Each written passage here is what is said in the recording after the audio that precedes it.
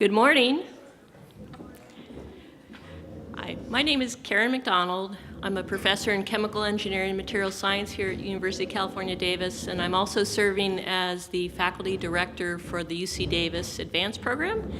And on behalf of the UC Davis Advanced Program, I'd like to welcome all of you to our roundtable entitled Building and Sustaining a Diverse Faculty, Implications for Faculty Advancement and Reward Systems. This roundtable is really the brainchild of Professor Linda Bassan, who is the Associate Director for the Advanced Program. She's been working along with her Policies and Practices Review Initiative over the past few months, along with Sophie Barbu and Giovannis on organizing and arranging this roundtable, and it was really sort of to continue the great success of the UC paid roundtables that have been taking place over the past years.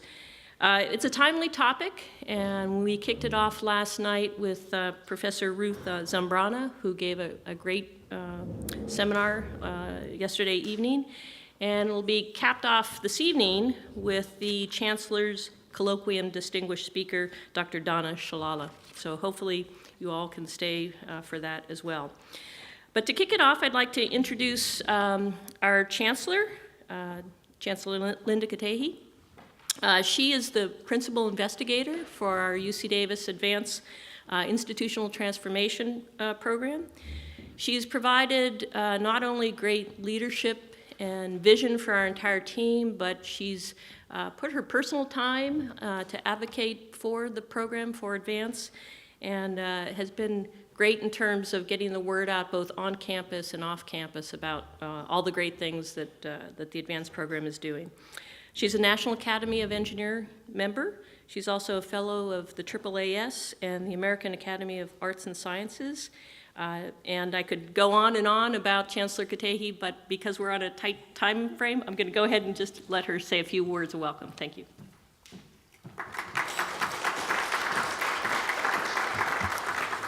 Thank you, Karen, and good morning to all of you. Thank you so much for being here at UC Davis to participate in this wonderful event. I am so sorry I missed last night's lecture and dinner. I know it was really a wonderful event that took place, but I was in a similar dinner with faculty from UC Davis. We normally have those regularly. I am so pleased to see that we have this activity sustained and going on within the University of California. As we all know and have really told everybody and ourselves, we are very proud for the University of California being recognized as the number one university system in the world. And of course, that is the result of the work of our great faculty, staff, and students, but at the same time brings great responsibility with it. Being number one, we are responsible to really bring change and to make progress, and really do it in a way that others will follow. And one area that our University of California system has really taken a lead is in recognizing the need to diversify, the need to bring diversity as part of excellence that we aspire to. And of course, in that regard, I will say excellence, as I've told many, is not a destination. Excellence is a journey. So every time we start an effort to achieve something, the moment we get there, we need to raise the bar higher. And so today I'm here to just tell you how pleased I am with many of our successes, but also to challenge you to raise the bar higher as you think forward for what to do next.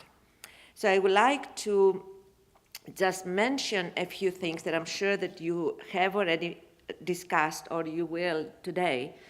But we have made progress. Now, you may ask me, and some of us may say, well, this kind of progress is good but not enough, and I would agree with that, but it is still good progress that we've made over the years, considering where we have been in the past, in the 60s and 70s and 80s, and where we are today. So here, I just wanted to mention that in 84-85 academic year, only 25% of faculty appointments in the University of California were women. And in 2013-14, this number has been at 40%. So that really shows tremendous change, all right, going close to our goal, considering that the number at the same time of female students has grown substantially to almost being now at 60% across the system. Also, in 84-85, only 7% of our new appointments were underrepresented minorities. And in 13-14, that number has doubled. Still very far behind where we want to be, considering that there has been a tremendous demographic change in our student cohort, but yet a progress that we have made and we need to recognize. Also, and talking about the student cohort, our campuses are changing fundamentally and visibly. We are now becoming institutions or the campuses where the Latina communities are increasing substantially because of the cohort of high school students who are qualified to really come to the UC and who are admitted and come to register to students here on our campuses. And so we have a challenge, and a wonderful challenge, as a matter of fact, to really try to match that demographic that is visibly changing. Of course, the same thing I would have to say, what has changed in the University of California in these last 30 or 40 years or so is that from predominantly white population among the students, we have become predominantly a minority-majority population where the white cohort of students is really now one of the minorities.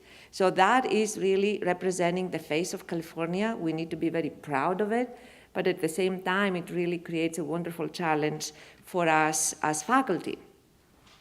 The advanced program, of course, has been wonderful in trying to bring our campuses together and have us learn from each other and our experiences as we try to change the demographic of the faculty cohort, and not just make sure that we recruit and hire faculty who are diverse, but also to make sure that we retain this faculty. And we have a stable faculty cohort that is really diverse and where excellence is recognized regardless of the identities or the unique characteristics of the individual faculty.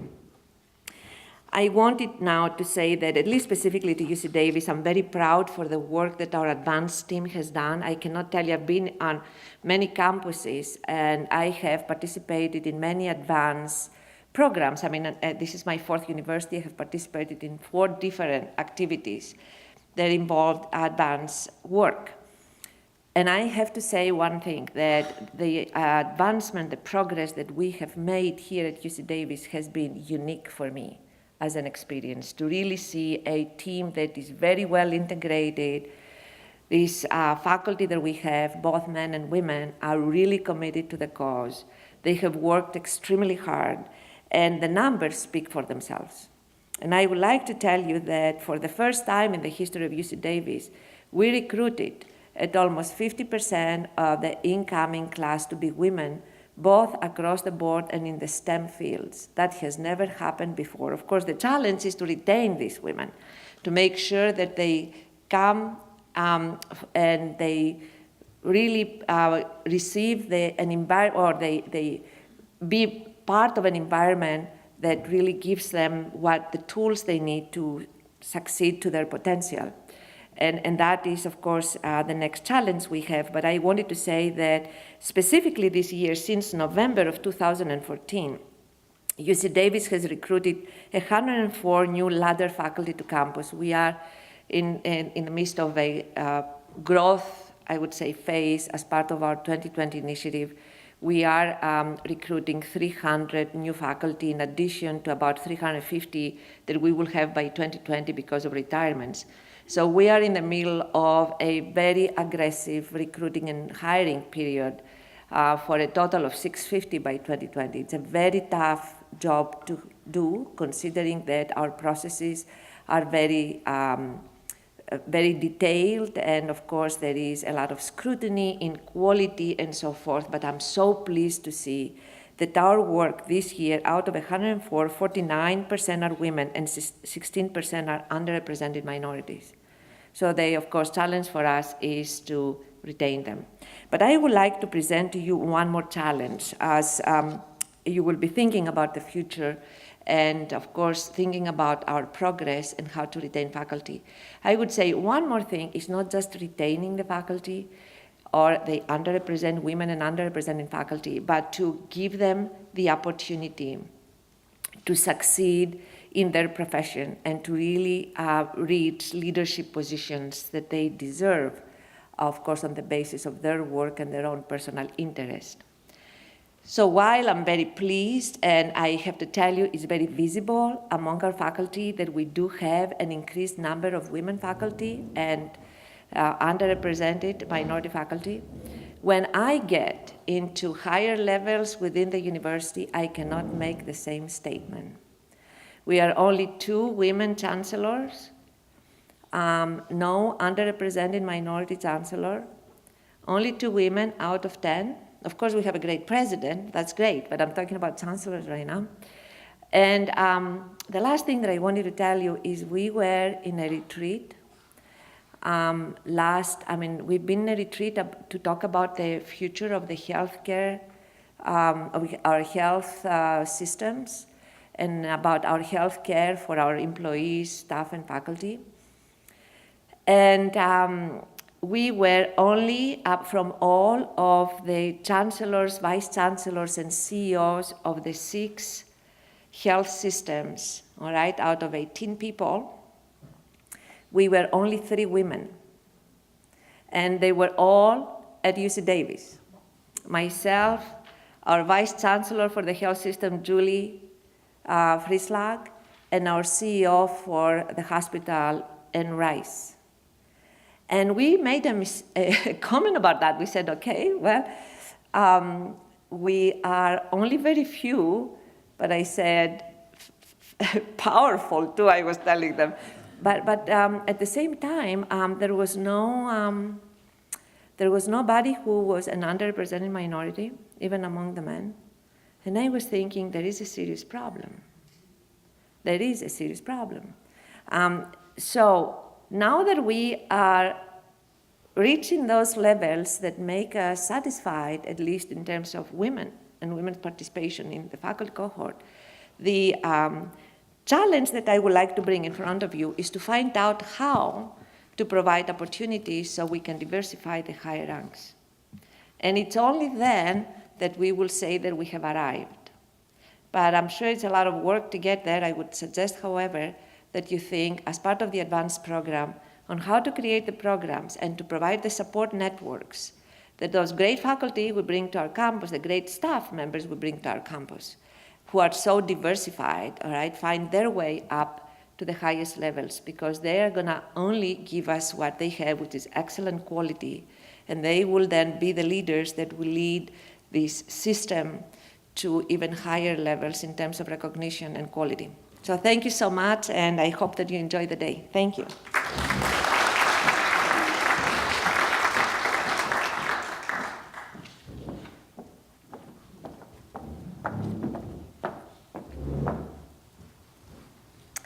Thank you, Chancellor Katehi. So it's my pleasure to introduce our keynote presentation, Professor Carrie-Ann O'Mara. Professor O'Mara is an associate professor in higher education and affiliate faculty in women's studies, and is also the co-PI and co-director of the University of Maryland Advanced Program. Her research is grounded in social science and educational theory, focused on the academic reward system, faculty professional development, and faculty community engagement. And she's published extensively in those areas. She has, in some of her honors, she's won the Outstanding Woman of the Year at the University of Maryland, also a Graduate Mentoring Award. And so I'd like to introduce her. Her talk is The Promotion and Tenure Policies of Equity-Minded Institutions. Professor O'Mara.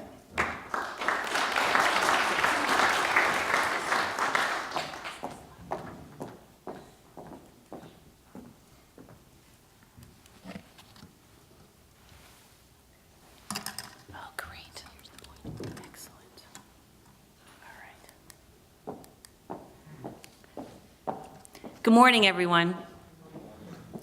I want to thank you for the opportunity to speak with you today about equity-minded reform in academic reward systems. Special thank you to Linda Besson and Karen McDonald for this invitation. UC Davis's advanced program is known nationally for its innovative work supporting Latina scholars, engaged scholarship, and diversity-driven policy reform, which is, of course, one of the topics we're talking about today. So it was especially exciting to get this invitation to come and talk with you about this area. I also was inspired last evening by my colleague, my University of Maryland colleague, Ruth Zimbrana, who spoke last night at a pre-roundtable event and left us at the end of that discussion with a "yes, we can" kind of message that I hope I can echo in my comments today. I also want to thank Sophie and Giovannis for their hospitality in making all of the details of this event go so well. So I come to this topic from multiple vantage points, and I believe in talking about your positionality. So I thought I'd start there. I've studied academic reward systems and faculty careers using social science kinds of methods for about 15 years. As Karen mentioned, I'm co-PI and co-director of the University of Maryland's advanced program, which has also engaged in policy-oriented kinds of reform, as well as peer networks and professional development for faculty. I often serve as a consultant. I've visited many campuses that are revising their promotion and tenure materials, particularly in the area of supporting engaged scholarship. I'm a faculty member myself who's built her career in several research universities, survived the tenure track while having 3 children, and at different times, I've experienced gender bias and disciplinary rankism. I've not, however, experienced bias by race, sexual orientation, or many other identities that I know many of my colleagues have, but I've sought to listen and become an ally to those who have. I'm a pragmatist. I never have seen a problem that I didn't want to solve, particularly ones that are really important. And as the daughter and wife of lawyers, I really enjoy legal arguments, and you'll see why I mention that. So I want to start by talking about indifference to action. So I want to begin by observing, as many other feminists and scholars have before, that the promotion and tenure system, as it stands today, particularly in many doctoral and research universities, is an inequality-producing mechanism. Much research shows that inequality is reproduced by routine practices, where subtle and overt disadvantages accumulate. As I said, I'm certainly not the first person to say this, and yet over the last 15 years that I've been studying and living within academic reward systems, particularly promotion and tenure systems, I've witnessed a significant lack of agency among faculty and administrators to change what's wrong. A sort of collective throwing up of our hands of saying, well, that's the way the promotion and tenure system is. What can we do? Joan Acker observes, though, that acceptance of inequalities as just the way things are contributes to the invisibility of the inequalities. And this has been true even among advanced institutions. Morimoto and colleagues analyzed the first 4 cohorts of advanced IT grants and found many kinds of professional development initiatives to advance women, but tenure and promotion policy reform was much less common. I think there's actually parallels between higher education's lack of action and indifference in society more generally to some of these issues. So for example, I mentioned I like legal cases. In the Walmart versus Duke Supreme Court case, Walmart argued that they should not be liable for women's lack of advancement to manager positions. Rather, this lack of advancement was just what happened naturally in society if employees were left to unchecked discretion. Walmart argued if these differences tend to happen in all organizations as part of gender norms, in other words, folks not putting women forward for manager positions and women not leaning in to ask for them, Walmart was not liable for the outcomes of more men advancing to those positions. It wasn't their fault, in other words, that women were not raising their hands or leaning in. Likewise, so many of our institutions have seen different outcomes, patterns over many years for women and underrepresented minority faculty, but have become bystanders to the problem. Powerful actors have argued that changing promotion and tenure in an era of competition will cost too much. It will result in watered down standards of excellence, reduced rankings and prestige, and questionable outcomes. The costs are too high if we change, they argue. But what I argue for here is that the costs of doing nothing are now the bigger problem. And the kinds of changes we need to make our reward systems The kinds of change we need to make to our reward systems will only improve the excellence of our faculty and the legitimacy of our institutions. So making the case for change. In higher education, many of the most familiar features of higher education and faculty careers, such as tenure, the 3-credit class, majors, were designed between 1865 and 1925, with some gaining specific momentum in 1940. Faculty more often were white men, had stay-at-home wives, or were single. The state tuition and alumni covered costs of higher ed. Knowledge was inside laboratories and libraries, not crowdsourced. Today, we need to revise organizational practices to encompass new realities. The many arguments that have been made for promotion and tenure reform might be categorized in the following ways. First, the full participation argument. This is the argument made eloquently by Susan Sturm and extended by Tim Eatman and John Saltmarsh, that we have more women and underrepresented minority faculty than ever before, and more faculty doing interdisciplinary and engaged and digital work, newer forms of scholarship than ever before. But our promotion and tenure guidelines do not have definitions and criteria that fairly assess this new work, or policies that recognize different experiences, and this thwarts the full participation of these scholars in this work. So to recognize and regard the full range of scholarship of a diverse faculty, reform is needed. Then there's the fairness argument. To make the promotion and tenure process a more fair, just, efficient, and transparent decision-making process, we need reform. There's the recruitment argument. In order to recruit and retain excellent, diverse faculty, we need reform of policies. These arguments are used widely to argue for parental leave and stop-the-clock policies, and that was a main rationale. The legal and cost-benefit argument. This is the argument made so well by Marianne Mason's video, It's Cheaper to Keep Her, arguing that institutions lose startup funds that they cannot recoup and face lengthy litigation when they show bias. So we need reform to not lose investments and to not be sued. The retention argument. Based in research on faculty careers and departure, the retention argument shows that faculty retention is linked via satisfaction to faculty's sense of procedural and distributive justice, that the reward system is both transparent and fair.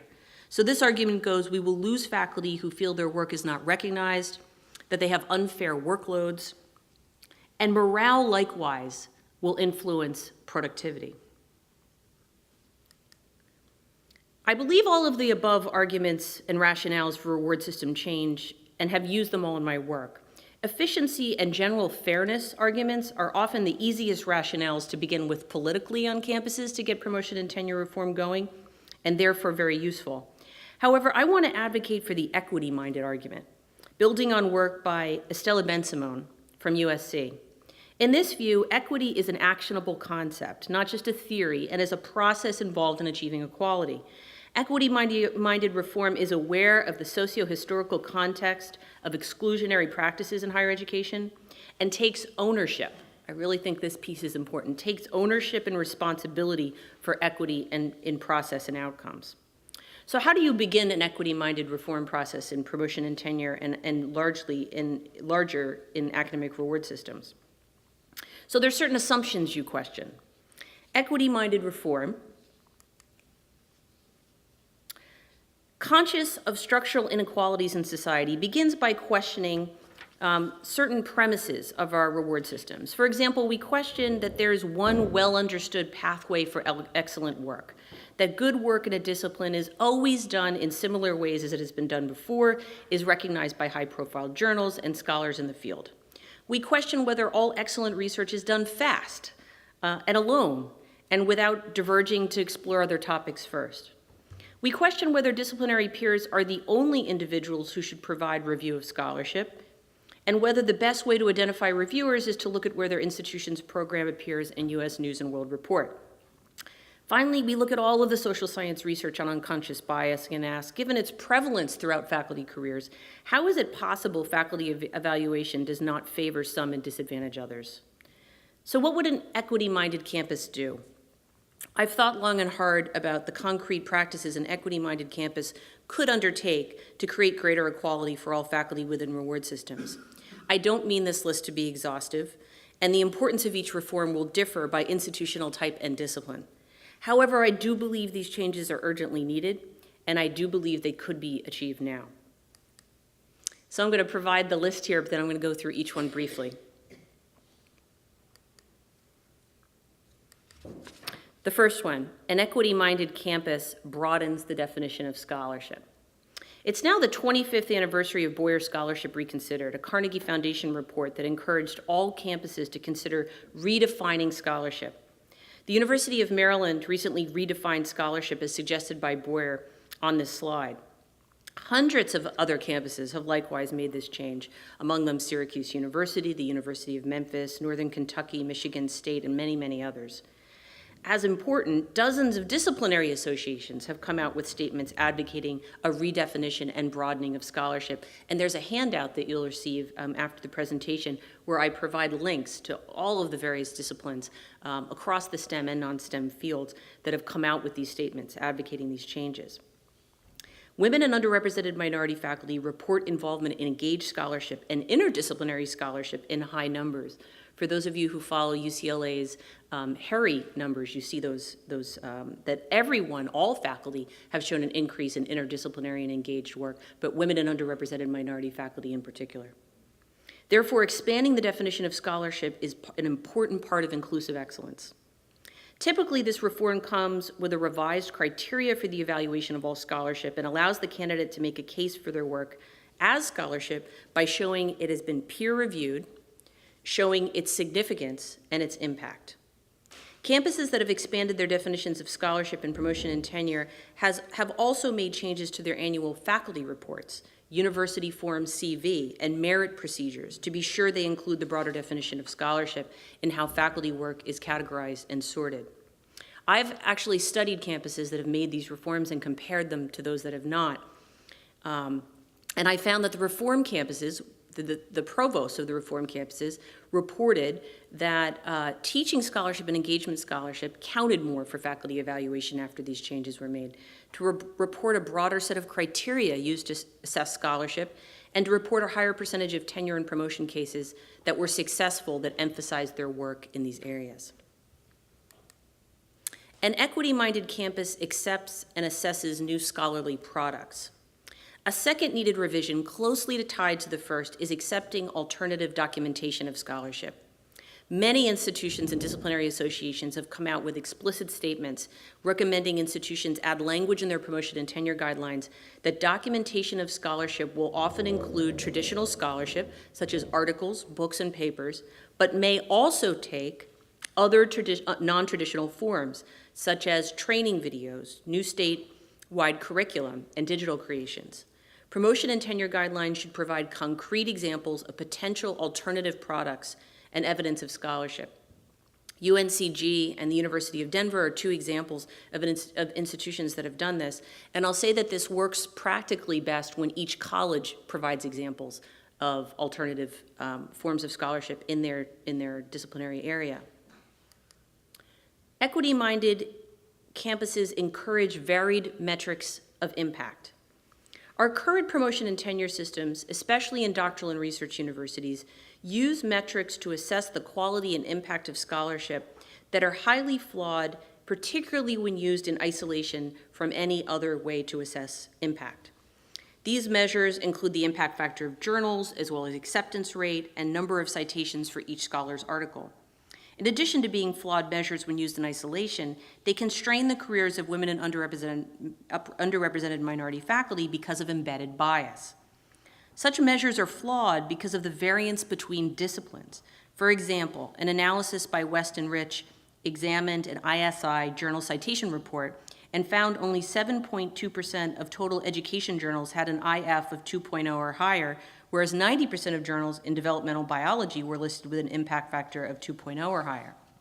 Many journals, and therefore articles and papers in interdisciplinary or newer STEM fields, in education and communication, medicine, some areas of developmental psychology and social work, are not included in the ISI. A second problem is that citation metrics can be manipulated and skewed by journals, are biased against some types of research, and encourage scholars to write short, quick pieces as opposed to longer and longitudinal work. Last but not least, citing is subject to gender bias. Scholars do not cite women as often as men. It is also a network-driven process, and there are differences in networks that will affect citations for underrepresented minority and women scholars. On May 16, 2013, a group of 150 scientists and 75 science organizations prepared a joint statement called the San Francisco Declaration on Research Assessment, or DORA, which noted metrics such as journal impact factor are used as quick and dirty assessments of academic performance and should not be. Thus, even scholars most likely to be cited through these indexes are increasingly negative about their use, or at least their use alone. Citation indexes will also not capture the impacts, the really important impacts, of much engaged and translational scholarship.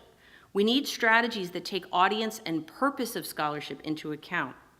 Scholars who study peer review, such as Mallard et al., have shown that contextualization is key to fair evaluation.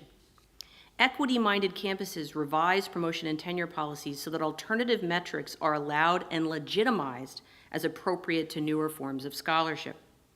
Examples might include widespread adoption of new curriculum, securing internal and external funding, awards, fostering adoption and distribution of digital works, numbers of hits and subscribers, geographic distribution of readers of scholarly blogs.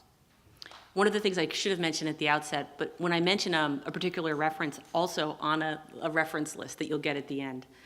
So all of the references I'm mentioning are there. Equity-minded campuses remove noise and add relevance to external review. Turning to the external review process, we need to remove what I've termed noise from this process of selecting external reviewers. Choosing reviewers based on the prestige of the institution disadvantages women and underrepresented minority faculty working in newer interdisciplinary and engaged fields whose senior scholars may not be in the Ivy League by choice. Likewise, we should not interpret declines to review as an indication that a candidate's work is poor. It might actually be that that person's on sabbatical or not, or receives requests for 100 reviews that year. We should not ask reviewers if the candidate would be tenured at their institution. Rather, we should share our institutional criteria and ask if the candidate should be tenured based on our own institutional guidelines. We should choose reviewers based on the expertise of the scholar and make sure that if the person is doing interdisciplinary or engaged scholarship, we choose reviewers who will understand the context of that work. At the University of Maryland, we recently revised our guidelines to require promotion and tenure committees to add a non-voting committee member who does interdisciplinary or engaged scholarship to provide context in relevant cases where folks are doing this work. Many campuses have also decided to allow non-academic reviewers if they are deemed relevant to the case the faculty member is making, in addition to disciplinary peers, with regard to the impact of the faculty work on community, public policy, or other non-academic fields. An equity-minded campus owns their own bias. Part of fair and just faculty evaluation from the perspective of an equity-minded campus is recognizing formally that bias exists and working to minimize its damage. Equity-minded reform to acknowledge bias means explicit recognition that bias exists in promotion and tenure guidelines and making sure faculty at all levels of packet review understand how bias can affect faculty careers. Explicit recognition that when a department chair or APT committee chair sees a pattern of bias or discrimination, such as in student evaluations, they comment on it. They affirm the institutional commitment to promoting inclusive excellence. Many universities have started the process of owning bias by providing unconscious bias training for promotion and tenure committee chairs, and I understand that's something that's happened here. I hope to see more policies that indicate how to address patterns of bias as they appear in candidate cases. In other words, a candidate, for example, comes through and there's clear pattern of student bias in their evaluations. What happens next? Is it on the candidate themselves to talk about this, to address it, or does the institution take some accountability in that the department chair or the P&T chair says we recognize this and don't put it on the individual to make it through that alone? Equity-minded campuses create mentoring plans. As someone who's conducted exit interviews at the University of Maryland for the last 5 years and runs our work environment survey, I regularly hear stories from faculty of what went wrong within departments. A familiar story is that when the scholar joined their department, they were doing interdisciplinary or engaged work. The faculty member assumed that they were in fact hired to do this work. However, several years later, they find those colleagues who recruited them have left, and been replaced by colleagues who are not part of the hiring decision and who do not know the alternative journals or funding agencies where they are doing the majority of their work. These colleagues put pressure on them to do more traditional work and evaluate their work negatively because it does not fit the norms in their field. One way to avoid this problem would be for faculty to sit down in entrance with their department chair and senior colleagues to outline an MOU or a mentoring plan, which is very similar to the MOUs that STEM faculty often develop regarding their labs, that explicitly notes the kind of scholarship that faculty will do, engage, digital, interdisciplinary, and its writing and funding venues. They note ahead of time the forms that their work will take that deviate from department norms. This document becomes part of the dossier and follows the candidate through each period of evaluation. A mentoring plan provides some sense of protection to the candidate of the norms that will be used to assess their work. We have just created such an MOU process at the University of Maryland, and I'm hopeful that it'll make a dent in this problem. Equity-minded campuses recognize pace and trajectory will vary. As Joan Williams and colleagues have so well articulated, we operate with many ideal worker assumptions within academia, which predispose us to assume that the star scholar is one that moves swiftly through their degree, has no career interruptions, follows a predictable and prestigious set of postdocs. However, not all scholars who do excellent work follow this pattern, and we need to say that in our promotion and tenure guidelines. As UC Davis's planning documents mentioned that Linda had put together for this, time investment dependent metrics, number of grants, number of publications, as opposed to looking at quality, disadvantage faculty with other constraints on their time. We need to say in our guidelines that candidate dossiers will differ based on life circumstances. The issue is meeting standards for excellence, not how long it took candidates to get there, which is particularly important from going from associate to full. APT committee chairs should be informed when a candidate takes advantage of university-supported policies like Stop the Clock and parental leave, and be reminded that these are university-supported policies. Policy should state that the faculty members should not be disadvantaged for taking advantage of them, and there should be an explicit statement to evaluate the candidate's dossier as if it were completed in an ordinary period of review. Equity-minded campuses organize fair workloads. Although not usually considered part of the formal reward system, time is one of the most valuable resources faculty have to accomplish their goals. Yet women faculty report less time spent on research and more time on teaching and service than they would prefer. If very little has been done organizationally to remedy issues of promotion and tenure, even less has been done to remedy issues of workload on campuses, particularly related to women and underrepresented minority and campus service and teaching-related work. This is important because time spent on research predicts publication productivity, and time spent on campus service has been found to negatively impact women's time to advancement, particularly from associate to full. Equity-minded campuses need to find ways to change routine practices to deal with known differences in workload.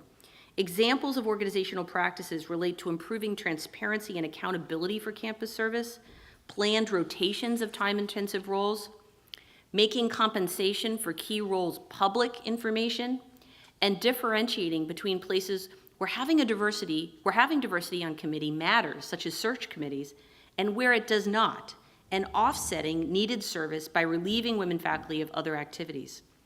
We've begun this process of making campus service data transparent at the University of Maryland through a service dashboard that shows faculty members' average service contributions by rank within each college.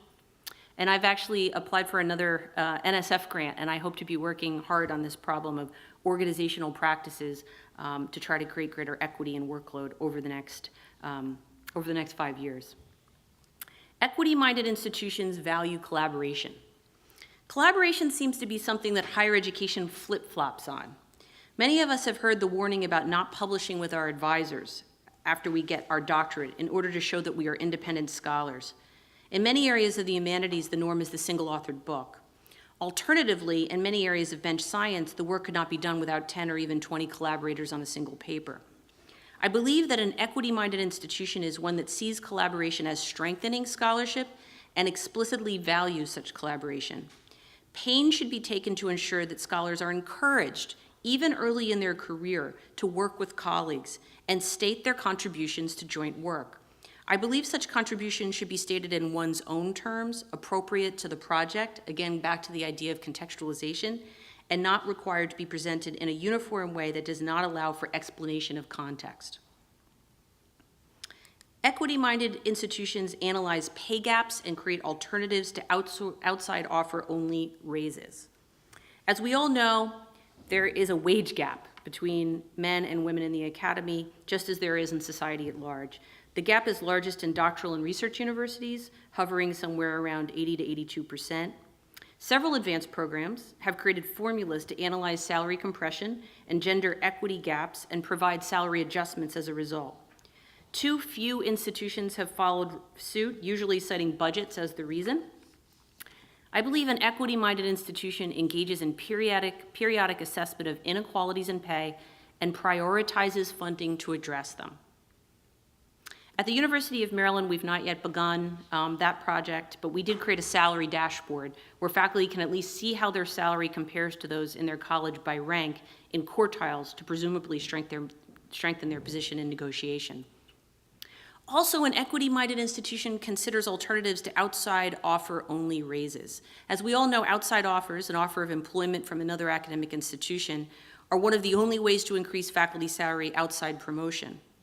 Research on outside offers is new.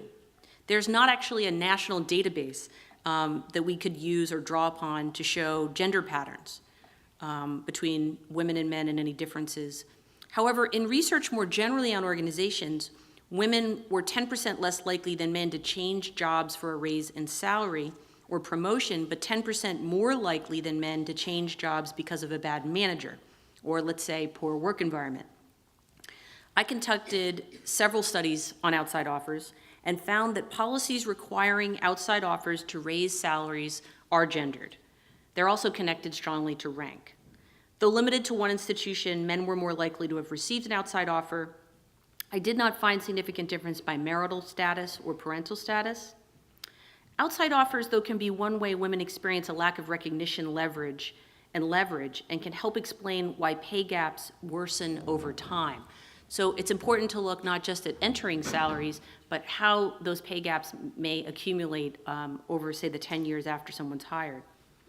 Equity-minded institutions create alternative ways to provide raises that value local contributions and provide comparisons of productivity that can be done without recruiting outside offers. Equity-minded institutions resist arguments for cheap labor. Now I turn from discussions of the tenure track to postdocs and full-time non-tenure track faculty, two groups that often have less negotiation power than tenure track faculty.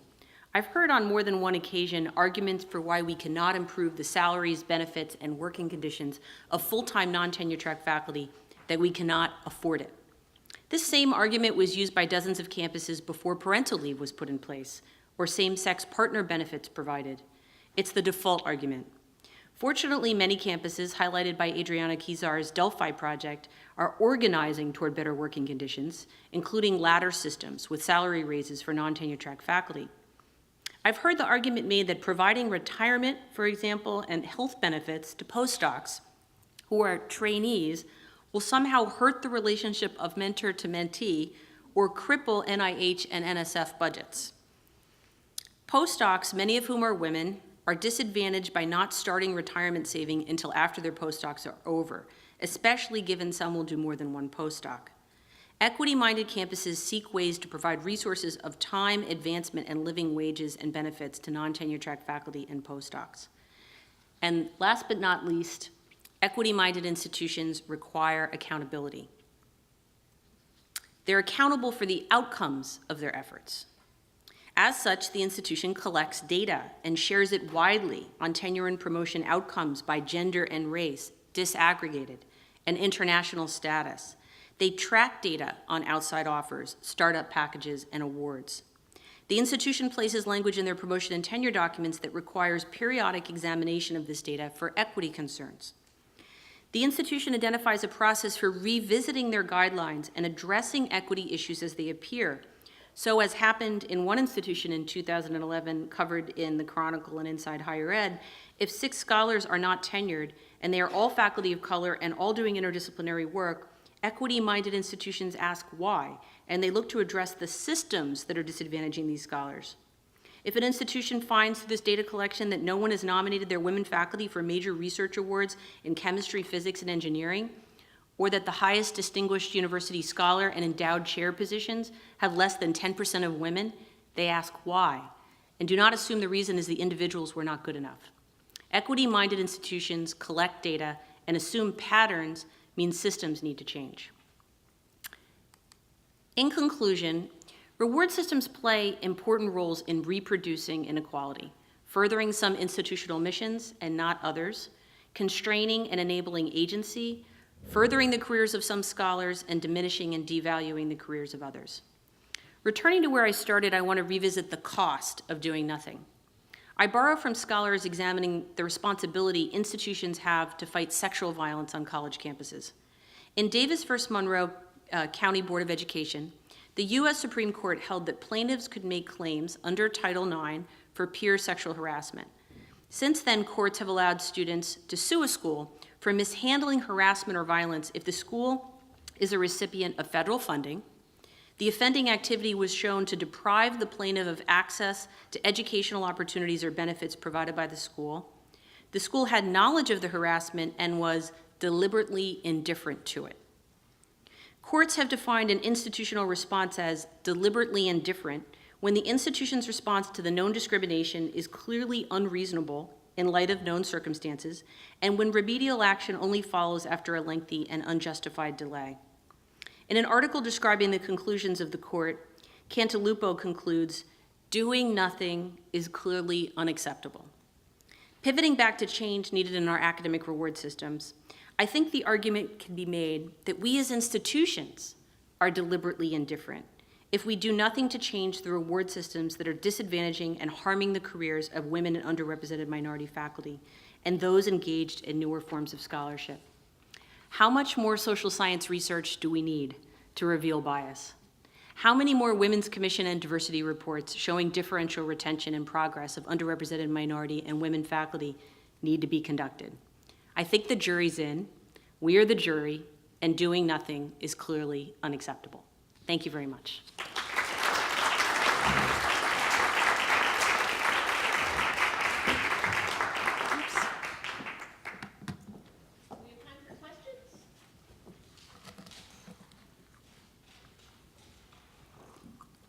Please.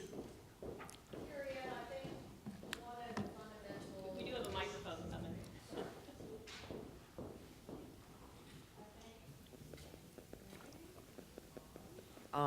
Oh, I think one of the issues that will be hardest to change, and so I'm eager to read more of your work in this area, is this view of what constitutes valuable scholarship and how we measure its impacts. I think I see this every day, every week as I'm going through merit and promotion files, looking at the kinds of things that peers value, that external referees value, and what they don't value. You know, changing state policy, for example, Right.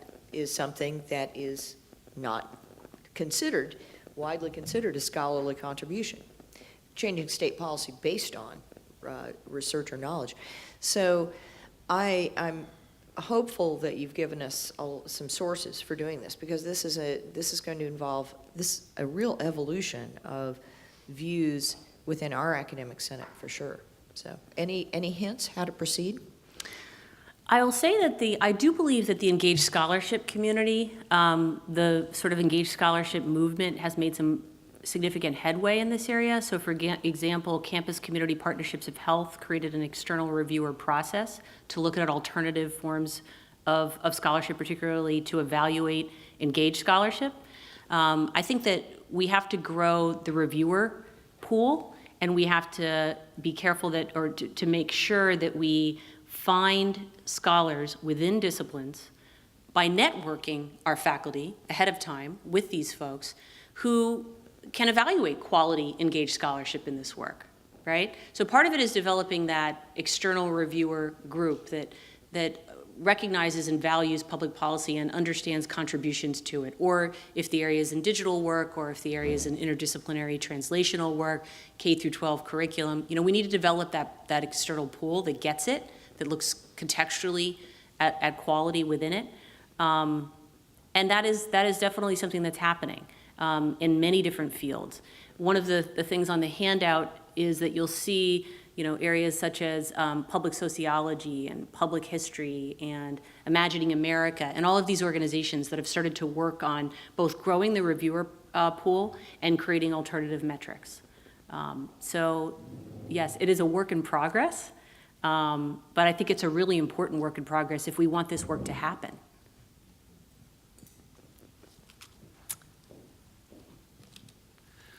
Thank you. Very, very useful comments in many ways. Thank you. As a humanist in a STEM conference, I confess that I have some real ignorance, but in my new position, guiding our promotion and tenure processes at UC Merced, one of the things that struck me recently is how often when faculty are hiring a postdoc, they ask for a waiver of recruitment. And that startled me. And so I started asking around, and I found that it's fairly common that the postdoc world is you get someone who tells you, I've got a graduate student who should be your postdoc. And it seems to me that that's a crucial choke point for equity if we're talking about diversifying the faculty. And I was wondering if you had any, because as I say, there's a degree of ignorance I'm speaking from here. I'm wondering if you have any studies on diversifying the postdoc field in STEM at all. That's really interesting. Waiver of improvement, because I'm ignorant of that, means that you don't have to go through an equity process in hiring? Is that right? Okay. It's interesting you say that, because if you were to look across STEM faculty, you'd actually find more diversity in the non-tenure track and postdocs than you would in STEM faculty overall, right? So there's actually more diversity in the postdocs right now. Not that there doesn't need to be more, obviously, but that is of the universe of STEM faculty where you'll find more women and underrepresented minority faculty. I'm not in terms of recruitment policies for postdocs, I have to get back to you on that in terms of a specific article. But I think that what I'm really concerned about is that how vulnerable those two groups are. Yes. And I think that NIH is going to need to step forward and not make it a spiral to to the bottom in terms of, well, we want to buy this equipment, we want to put all of these things in our budget, so where will it come out of? And our drift or our overhead costs keep getting higher, so where will that money come from? And it often gets shifted to, well, we're just not going to give retirement, or we're not going to give various kinds of benefits that are expensive to postdocs who could be in that position for 5 or 7 years of their careers. These are our folks, right? Full-time folks that are, and that's not even getting into issues of adjunct appointments. So I'm really concerned that they have, and they're often not represented at the table making the decisions. They often don't have a representative there. Those are some of the concerns, I think, that are real. Thank you for a wonderful presentation. And I wanted to underline a couple of the things you focused on, having at my university prior to UC been through this process. It was at Iowa State University. And in the 90s, we began the process of, we completely rewrote the promotion and tenure policy. And I wanted to, I think, just mention 3 results that fit exactly into the profile that you indicated. The first was that we realized, actually near the end of the policy writing process, that the only way a more open process was going to work was if we had what we ended up calling a position responsibility statement, which was every individual had to have, here's what I'm expected to do, and you judge me based on the kind of research I'm supposed to do, the kind of teaching I have to do, my service administrative responsibilities. Now, it took about 10 years for that to become part of the culture, but once it did, it was so powerful. It was actually truly amazing. And you also mentioned that having candidates be the agents of their own materials was something we added at the same time. Yes. That also was incredibly powerful. Now, it created a burden of sorts, but the point we always made was if you can't tell your story and make the best case for yourself, nobody else can. Exactly. You know, so it was quite empowering. It also led to amazing changes in research. People were motivated to start doing scholarship of teaching and learning. It was usually not their major scholarship, but it changed the campus climate in terms of enabling that kind of participation. So it's a huge mountain Wonderful. of work, but it Yes. can work. Thank you. Yeah, we actually went with the three terms, peer review, significance, and impact. So the engaged scholar or the interdisciplinary scholar is making the case with their own packet for how their alternative work is meeting each of those three kinds of areas. And I would actually, going back to the questioning, say that we need to push folks doing traditional work to actually make that case stronger of peer review, significance, and impact, and not just assume that because it was in certain journals, it's excellent work, or that the citation in Google Scholar, indexes are showing that it is, because some folks aren't really getting into the quality of the work. So we actually need to be pushing for that across the board, rather than just saying that, well, if it was in this journal and traditional disciplinary work, it must be good. But I like that platform. Good morning. A great Good morning. talk. Thank you. I want to return to kind of some of the earlier comments, and that is thinking about where we as a state school, we're at the University of California, have a land grant mission. One of the things in terms of our scholarship is that the criteria by which we're being judged in personnel often focuses more on, at least when it comes to diversity science, an old model. So NIH currently, for diversity scholarship, asks us to produce, for example, things like teaching materials, kind of guides. We're asked to take people who are at a community level and get them into research assistantship type positions. And a lot of this, when we put that into our portfolios, it's looked as teaching. But the amount of scholarship that we did to come up with that model is equivalent to any research article, but it's never going to be a research article that's going to be in the New England Journal of Medicine or any of those. But it's in a very high-ranking journal, but it's going to be about curriculum, teaching, etc. So part of the grant funding that we're getting is really to create science in that way. And it's science because we are examining models. We have alternatives that we're looking at. But yet, from an academic standpoint, it's relegated to that's nice and it's teaching. So I'm trying to figure out, because it's very hard for me to ask some of my junior people in my center to do that work, because I know that that's where it's going to be relegated. I'm trying to figure out a way either to talk about it, a way in which to have it reviewed. I help them write pieces up about it, but inevitably in that review setting, it's like it's kicked to the curb as kind of teaching. And it really is still, scholarship for a very different kind of population. And we make a big impact.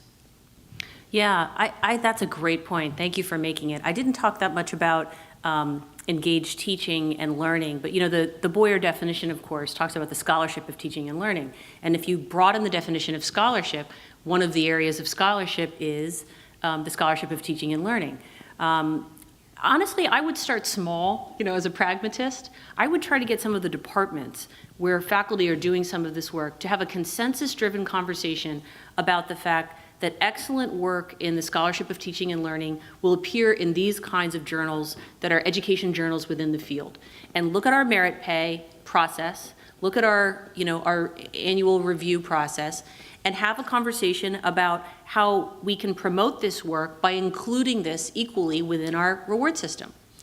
And I would start it locally, because that has to happen for an annual kind of merit or review process. Those are the folks that are going to be making decisions first before it moves up.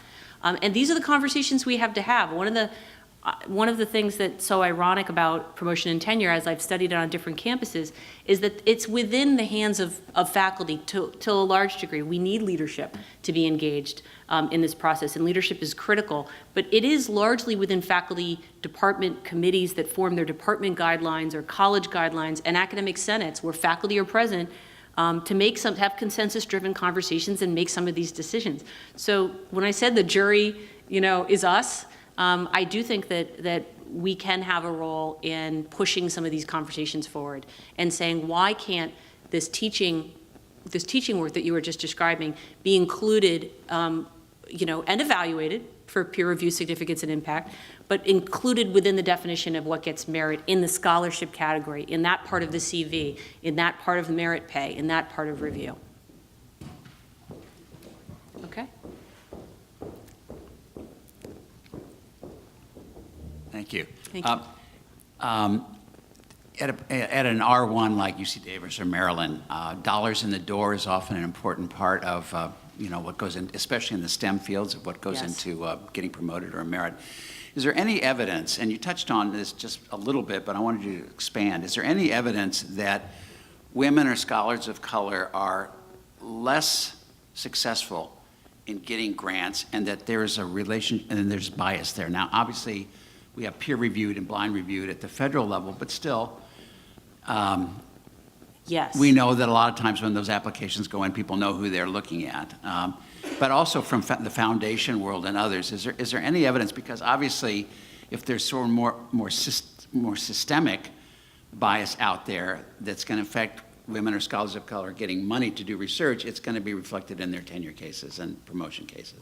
Absolutely. And this is where, so first of all, the wonderful materials that Linda put together with colleagues for today have citations with exactly that information. I think it's Ginther et al.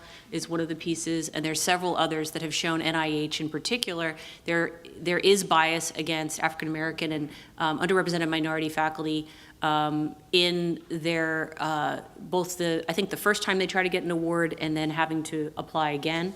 So yes, they've documented that at a federal level, and it's really important to say that. But then I think what we have to do is, a lot of folks on the institutions say, okay, well, that's just, it's kind of like Walmart. I mean, I hate to go back, but, well, that happens at the federal level. What are we going to do about it? That we're only UC Davis or Maryland, we're on our institution.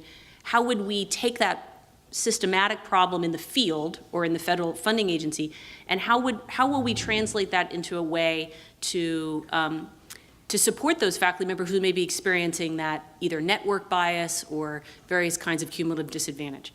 And I think we need to find ways as department chairs, deans, chairs of P&T committees, when we see the potential of systematic bias in teaching evaluations, in perhaps recognizing the existence of this in awards, to own it, to say that this is a real problem. We realize that it's an issue, and here are some various support mechanisms we're putting in place to try to move toward a greater equity in that situation. But yes, there's absolutely evidence of unconscious bias in that peer review process. And we have to stop. But thank you very much. Thank you very much.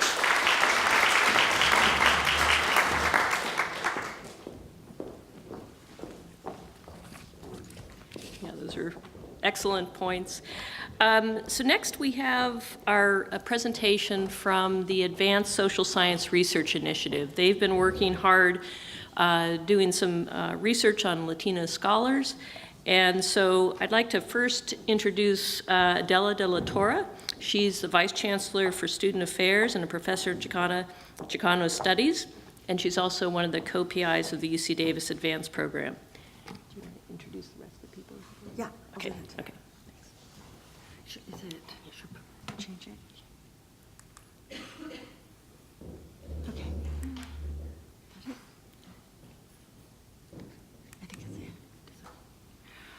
Okay, so I want to thank all of you for coming here today. Today, we're going to be presenting our social science research component of our advanced grant, But this is really a collaborative effort, and I really need to give credit to a number of the colleagues here today who will be presenting the results.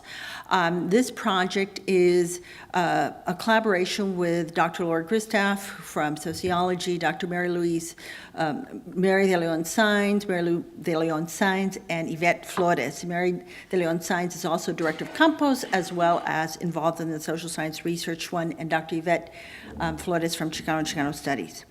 So briefly, what I wanted to do is provide a rationale for this particular project.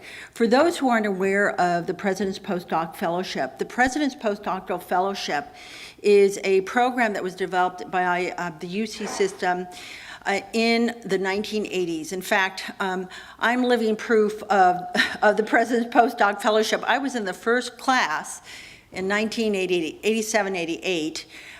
With another colleague of mine at sociology, Dr. Denise Segura.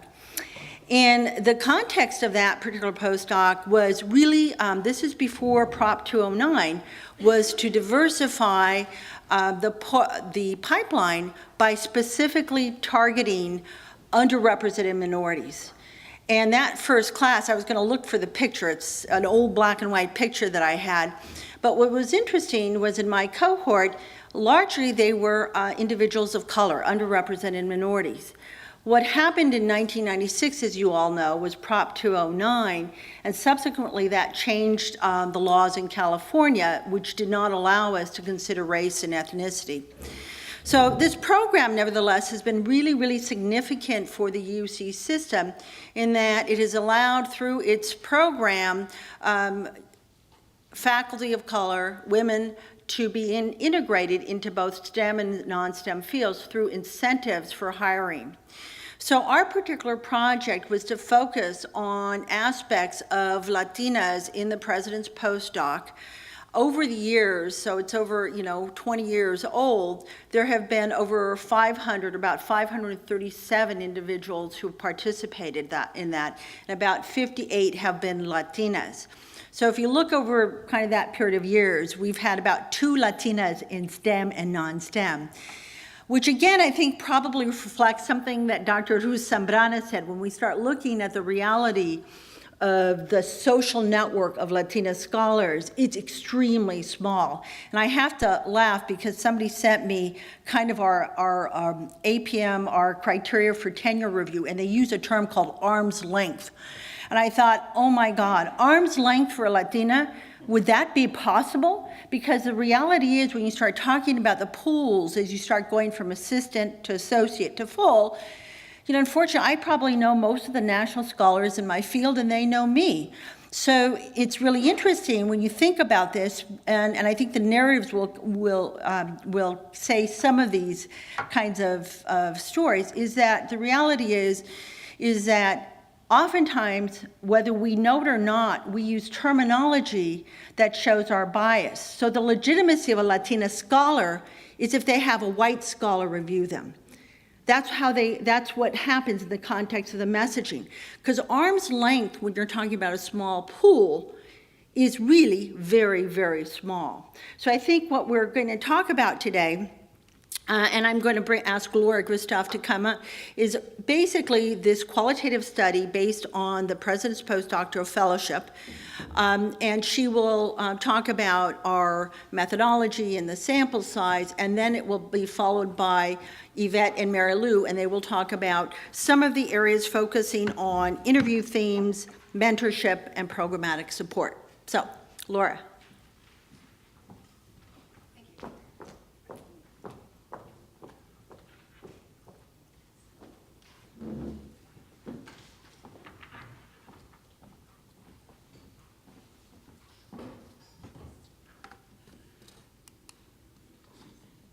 Okay, I can't see that very well.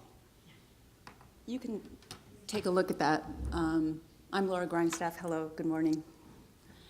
As you can see, the total sample of scholars that went through the President's Postdoctoral Fellowship Program is 537, but of those 537, only 58 are Latina in STEM. And so we've been trying to interview as many of those folks as possible. And and this has been an ongoing project. What I want to talk to you right now, just briefly, just for a couple of minutes before turning the mic over to Yvette, is just a few words on the qualitative methodology that we're using, given that I know that probably the majority of folks in the room are not qualitative researchers in the humanities or social sciences. So our methodology reflects a kind of conventional social science practice for qualitative research. Qualitative researchers in general seek to preserve the form and content of human behavior and analyze its meanings rather than subject that behavior to mathematical or statistical formulas. One of the most common qualitative methods, and the one that we use, is in-depth interviews. These have a long history in sociology, history, anthropology, and other related disciplines. Unlike questionnaires or pre-coded surveys, in-depth interviews are more sensitive to context and nuance. Questions derive from a set of thematic concerns that enable a structured narrative to unfold over time, conveying the reality of lived experience as recalled and constructed by the research participant herself. Our 45-question interview guide is designed to elicit narratives about the psychosocial, cultural, interpersonal, and structural influences that affect the transition from graduate student to postdoctoral student to faculty. And actually, this might be more helpful at the moment. It aims to elicit information not only about what people say and do, but how and why their actions are embedded in broader frameworks of knowledge and experience that are not easily measured or quantified, including, especially in our case, ethnic and/or gendered identity formation processes. Such interviews have high validity, even if they cannot be replicated exactly across researchers, research participants, or even multiple interviews involving the same participant. Analysis of data, in our case, these interview transcripts that we have, so interviews take roughly 2 to 3 hours. They take anywhere between 10 and 30 hours to transcribe, depending on the clarity and the quality and the length of the interview.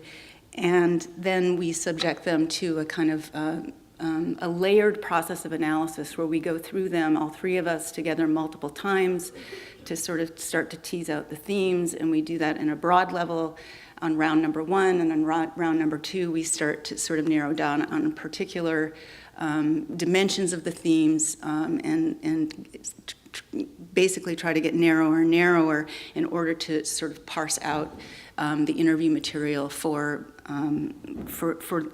linking and finding patterns across the different interviews. So this tradition of analysis is what we call in the social sciences, qualitative social sciences, grounded theory. Initial questions are guided by specific thematic considerations, and responses are then examined for patterns and variations on the themes, as well as for new analytic categories that might arise in situ in the course of the interview itself. And so the guide sort of has to be a living, growing document so that we can adjust to what we're finding out as we learn new material. In our interviews so far with the Latina scholars in STEM fields, we have identified the following themes. So these are the sort of the very general themes that we find cutting across the interviews that we've been conducting. And what we want to do next is focus really more or less on sort of 3 of those themes, or we're clustering one of the themes together, what were the early childhood experiences and the role of family and conflicts and challenges. Yvette is going to talk about. Mary Lou will talk about the mentoring, and I'll talk about the structural and programmatic supports.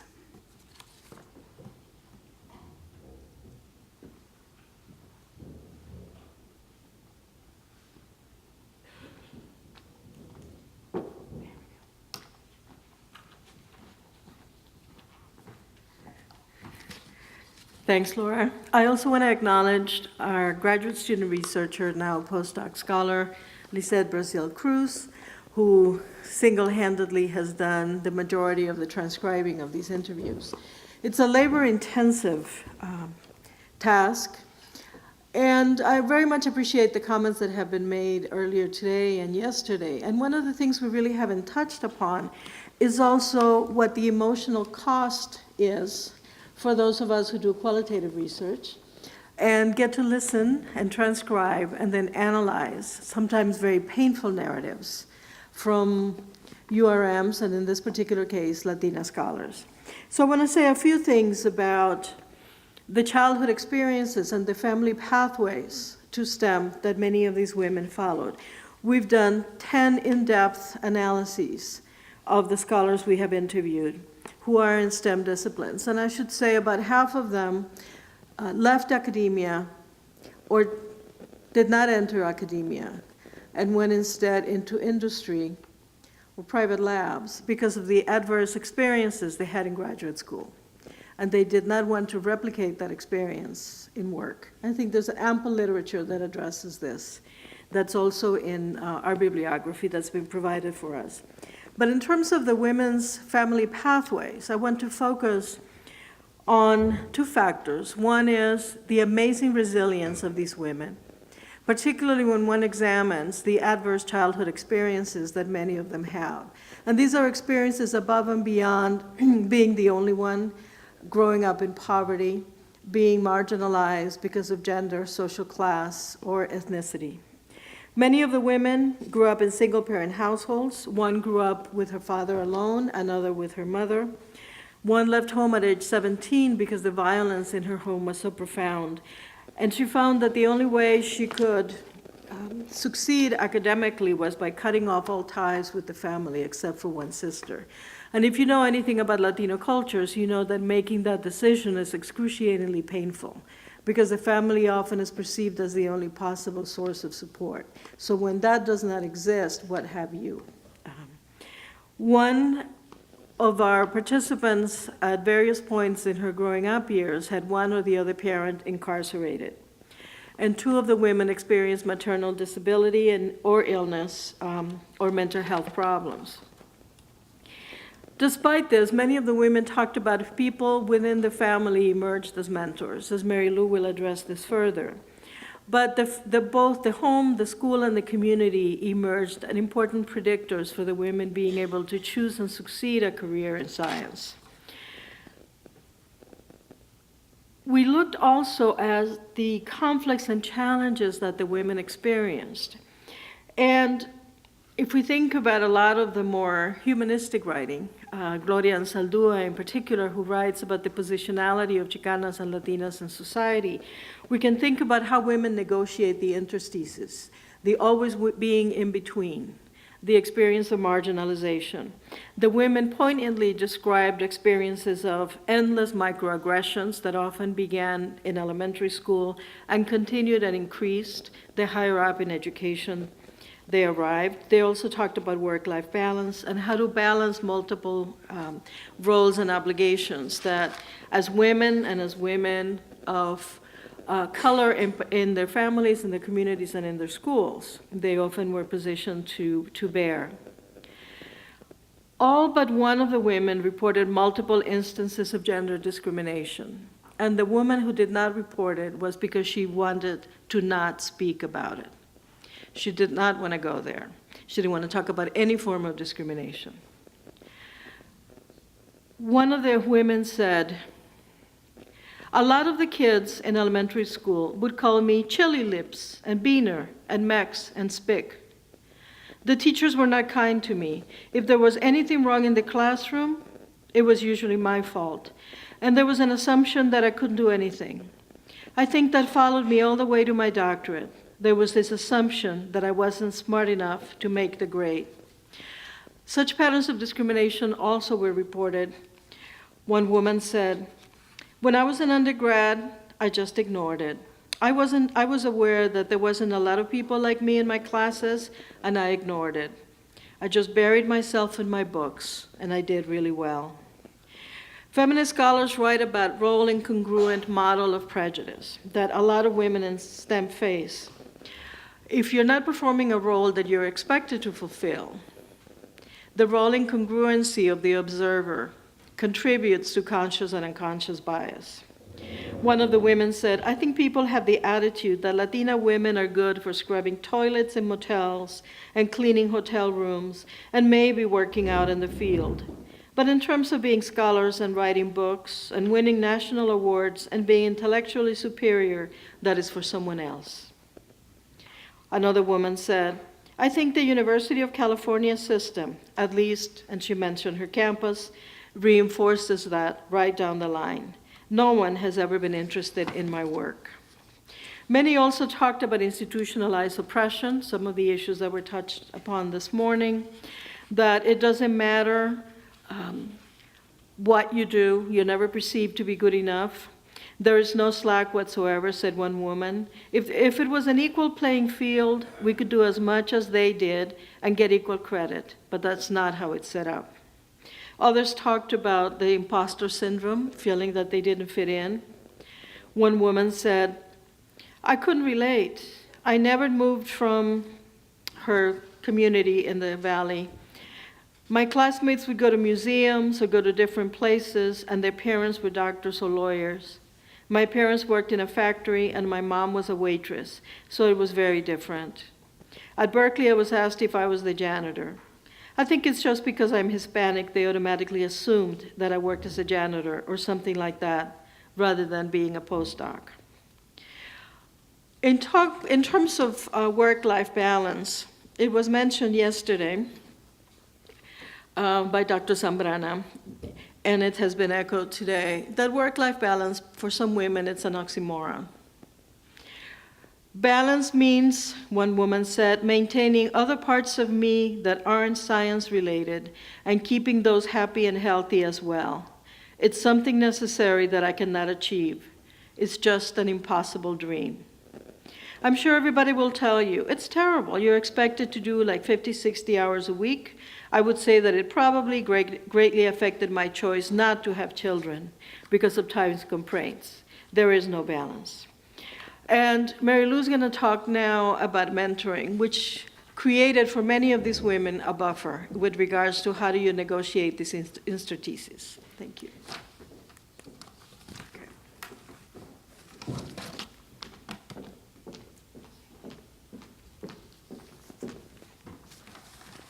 Buenos días. I'm Mary Lou de Leon Science. What most people don't know about me on my vita that I'm very proud to say is that I'm the daughter of Mexican immigrants. Both of my parents were born in Mexico, and Spanish was my first language.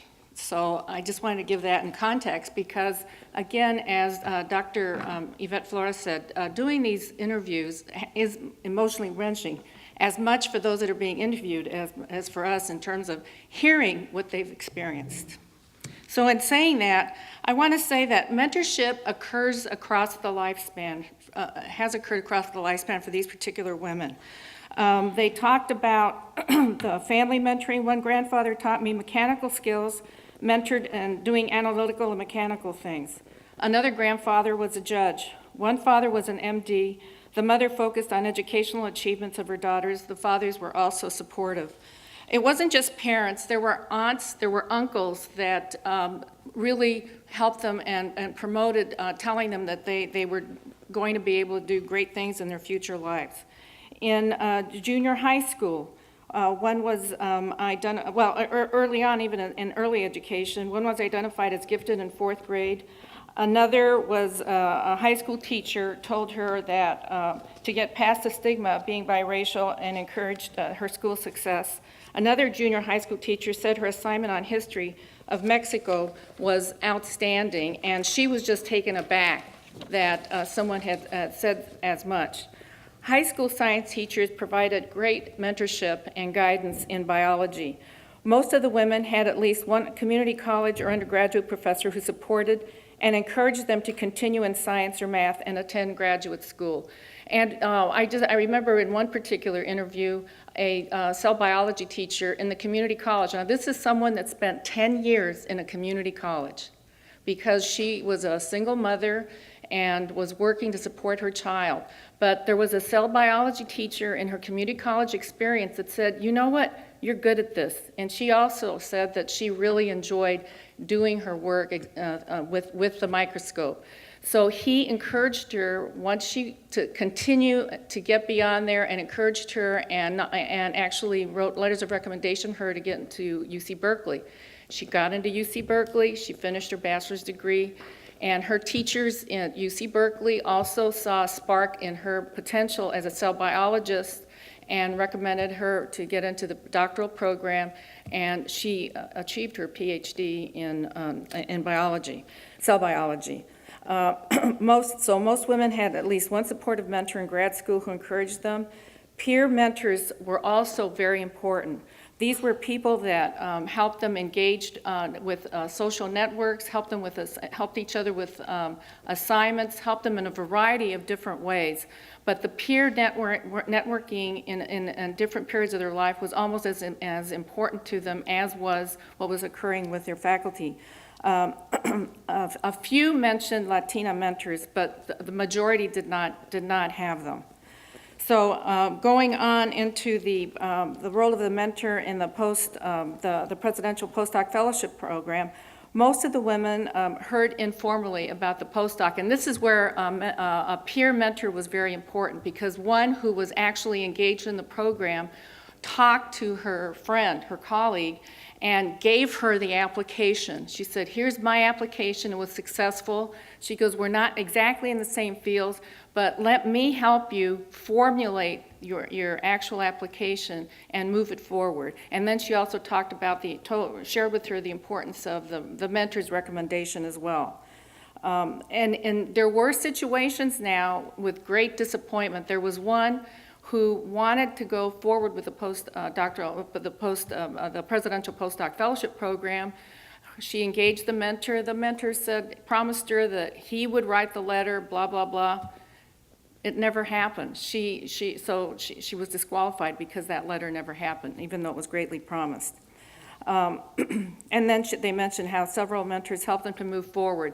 There were some situations where mentors, and this is where it's the goodness of fit, some mentors were very passive, but engaged them when they felt they needed it, but basically said, this is the assignment, or this is the project that I'm on, that we're going to be working with together, and this is what I think would be possible for you, and then they push back. Others were very actively engaged, but what was really the result was that finding the correct mentor really meant the success of that post-presidential doctoral experience. And then they also went forward in talking about the mentorship in their employment circles. And again, many of the initiatives that we're working through here impact what the success rate of these scholars ongoing. But the climate was very important. Many talked about how when they went forward, no one had actually shared with them how to actually promote themselves when they were coming up for promotion and tenure, and nobody realized what the quality of the work was until that moment came, because they were just basically being ignored. With comments like they were surprised at the quality of their work. They didn't expect the quality of the work to be as good as it was, but it stood. And another one talked about how the mentor she had going in as a research position, she had, from the get-go, said, I want to go into a tenured track position. And he told her from the beginning, well, that's impossible. Do the research you can here, but you'll never get tenured here. But it turned out that he ended up retiring, and she was on top of everything and had gotten grants, so she did get into a tenured track position. So the big message is the importance of mentorship across the lifespan for these particular women against all odds. So I want to say the significance of this particular initiative. This is one of the most important initiatives of this entire advanced program. And why do I say that? Because the data, as painstakingly slow as it is coming forward, is feeding into every aspect of what is occurring here. The policies and practices, the mentorship and networking, everything that's going forward, the climate of the university. We are hearing firsthand what was positive and what was absolutely negative, and the resilience and the supports that are needed in place. So it's really fitting that, and then all of this pours into the Center for the Advancement of Multicultural Perspectives on Science, the Campus Initiative, where we are on a daily basis trying to promote the success of our new campus faculty scholars. So it's really fitting for me that at the #1 university in agriculture globally, that we sit here at the top of the Central Valley. So what did Cesar Chavez and Dolores Huerta say, sí se puede. Please repeat with me, sí se puede. And so for what Dr. Zambrana and Dr. O'Mara said today, we must act now. Please say with me, sí se puede. And that is absolutely what has to happen. 21st century is now, not tomorrow. And the changing demography of the United States, it's our shoulders that we have to push the next generation forward. So again, sí se puede, and it is an honor to be part of this university.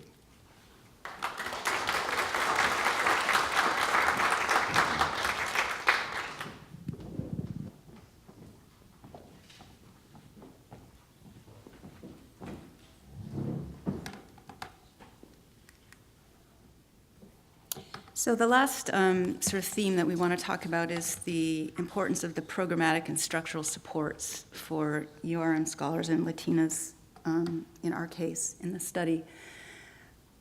These are programs, minority access to research careers, minority biomedical research support, various kinds of bridge programs between high school and college and postgraduate, or graduate and then graduate to postgraduate. UC TAP, which is, and UC TAG, which is, I forget now what this stands for, Transfer Agreement Program and Transfer Agreement Guarantee. So these are arrangements between the UCs and the community colleges where students who do well in the community colleges, URM students who do well in the community colleges can be guaranteed or at least prioritized for placement in a UC to transfer. So those are the kinds of programs I'm talking about. Also, there's like Ford Foundation, obviously, and the one that we focused on in particular in at least one part of our study was the PPFP that you've been hearing about. So I have 4 points I want to make. I'm not sure if these are actually, yeah, they're there. Programs like MARC, MBRS, and PPFP work. They give people who face barriers on the basis of gender, class, or race access to opportunities, including financial support that they wouldn't otherwise have. The PPFP, for example, provides opportunities to engage in collaborative research, publish, network, and develop professional skills, things like writing grants, giving talks, building a strong CV, etc. PPFP also helps put scholars on the map in a way that is particularly visible for prospective employers. 2 interviewees spoke of getting asked to interview for academic jobs they hadn't even applied for. And also, maybe I should also say we have these 10 transcripts that we've been poring over, but we have also an additional 6 interviews that we've done with the campus scholars who have been hired over the last year and a half, and we have an additional, I'd say 8, maybe 7 or 8 interviews with scholars who are Latinas in STEM but did not go through the PPFP program, or who are non-STEM Latinas who did go through the PPFP program in the social sciences with STEM competence. So our actual interview pool so far at this time is really more like 25, although we're being cautious and only really talking about the 10 that we have the transcripts for that have been analyzed. Point number, so here, let me give you a quote from this point number 1 about the programs actually working. One woman said, she described, so I'm reading here from my notes of the transcript with direct quotes embedded. The candidate describes PPFP as the perfect platform for the job market, quote, because as a PPFP fellow, obviously I was already on the radar of the universities. This woman received a phone call from a professor at Columbia for an interview for a faculty position she had not even applied for. Quote, once you're a PPFP fellow, you're in a database of people with a lot of potential success, and there are a lot of universities seeking these candidates. Another woman described the PPFP fellowship as the gold standard of fellowships. She said it was prestigious, looked good on her CV, put her on the map, opened up opportunities. And for her in particular, it was a very important opportunity because unlike most other postdocs, in which you would go and you would be working with a professor or senior investigator on their work, what the PPFP does, of course, is provide you money to pursue your own work. in a supportive environment. So what this enabled her to do, because she was an interdisciplinary scholar, she was interested in radiology and, what was the other one? Radiology and neuroscience. So psychology on the one hand, and biomedicine on the other, she was able to pursue her own interdisciplinary research, bringing these fields together and really forging a kind of new research agenda. And it was the PPFP that allowed her to do that, unlike many other sort of more standard postdocs. This woman got a call from the leading expert in the country in her field because he found her in the PPFP database and recruited her to his medical school lab in New York City. So that's point number one, that these programs do work generally and overall. Point number two is that these supports are especially critical for helping to level the playing field for URM students and scholars who are not only racial and ethnic quote-unquote minorities, but have other disadvantages and challenges, being female, being working class or poor, learning English as a second language, being put in ESL classes growing up, being a single parent, attending substandard or under-resourced community colleges, lacking that social capital, right, these sort of deep professional networks that comes with class privilege, experiencing interpersonal and institutional racism and sexism. All the things that can derail a young person from academic success, regardless of how smart they are. Structural programmatic supports don't so much make up for what students lack. They do a number of things, and I think these are very important points. They create a context in which scholars have access to information and resources they wouldn't otherwise have. They put them in touch with specific mentors and advisors who are invested in their success, and they put them in touch with an entire community of scholars, some of whom may have similar experiences and backgrounds, enabling them to forge an identity and a sense of belonging in relation to others. All of this offsets the sense of isolation generated by being the only fill-in-the-blank woman, person of color, person in the family to attend college, PhD, et cetera. In other words, the programs aren't just about moving people up in terms of their career development, but also about forming community and escaping isolation, right? And this is really critical. This is partly why Campos is an important initiative in relation to the advanced program. Now, do such programs sometimes give a leg up to some women and racial minorities who are already well positioned to succeed on the basis of class and education and social networks? Yes. But this is not a reason to discredit them or to discontinue them. It is well worth giving a little extra to those who may not really need it to succeed in order to reach the many more truly disadvantaged who do. And I want to note just very briefly in relation to this point that what's emerging for me, especially as a sociologist, is that this programmatic support has to be understood in the specific context of the U.S. in which high-quality K through 12 public education is uneven at best.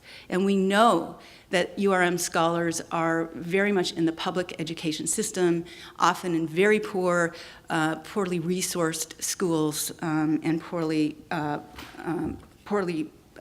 schools with a lot of sort of serious challenges. And so in a sense, the programs are making up for what our public education system lacks. And this is not an argument to not invest in public education. It's an argument to understand the context in which these programs really matter. And this really hits home when comparing domestic URM scholars with international scholars. We do have some in our pool from Spanish-speaking countries in which high-quality education is free or heavily subsidized. So even when international scholars are coming to the U.S., from working-class circumstances, they have a superior education that is very helpful, that our UM scholars do not have. And then, of course, you have many international scholars who have middle and upper class backgrounds who not only have the public education opportunities, but the private education opportunities and all of the social capital that comes with being middle and upper class.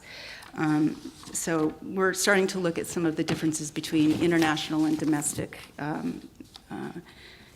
factors as well. The point number 3, I'm not really going to spend any time on. You've heard from Mary Lou about mentoring.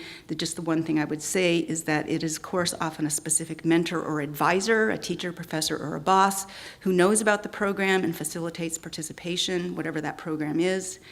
Moreover, mentors are themselves women or URMs, sometimes, not always, but sometimes, and they are more likely to know about such programs, to have participated in them, in those programs themselves, and or be networked with others involved in the programs. And so this is another reason why, I mentioned this because I think it's an important reason why diversifying faculties is important beyond the role model explanation, right? Mentors aren't simply role models. They're conduits to entire communities and structures of opportunities. The last point is that programmatic supports, of course, are not a panacea. They don't reach everyone in need, and they are not uniformly helpful. Interviewees' experiences with programs and fellowships are uneven. The majority have positive experiences, but programs are not effective when they don't facilitate networking or work in conjunction with good mentoring and advising. They aren't effective when they don't afford the opportunity to kind of push back against exclusionary academic norms. One interviewee, for example, experienced such systematic interpersonal and institutional racism throughout her academic trajectory, including from her own family, which was interracial, that she turned to biology and the natural environment for solace, subsequently developing an activist social justice research agenda that didn't conform to the normal science models of research. Consequently, she continually faced gatekeepers within higher education who seemingly couldn't recognize her work's value given traditional criteria for excellence. Another potential negative of minority programs is that they can be experienced as stigmatizing.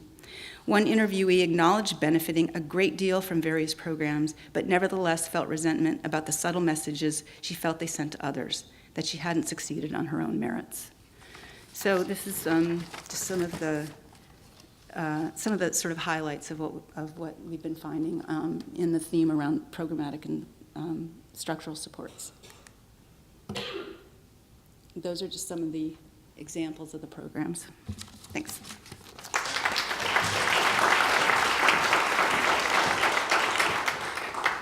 Thank you very much. I think the entire Social Science Research Initiative team has really done a great job. We're running a little bit behind, so we're going to take a break now. The Social Science Research Initiative team will be around during the break if you have any questions.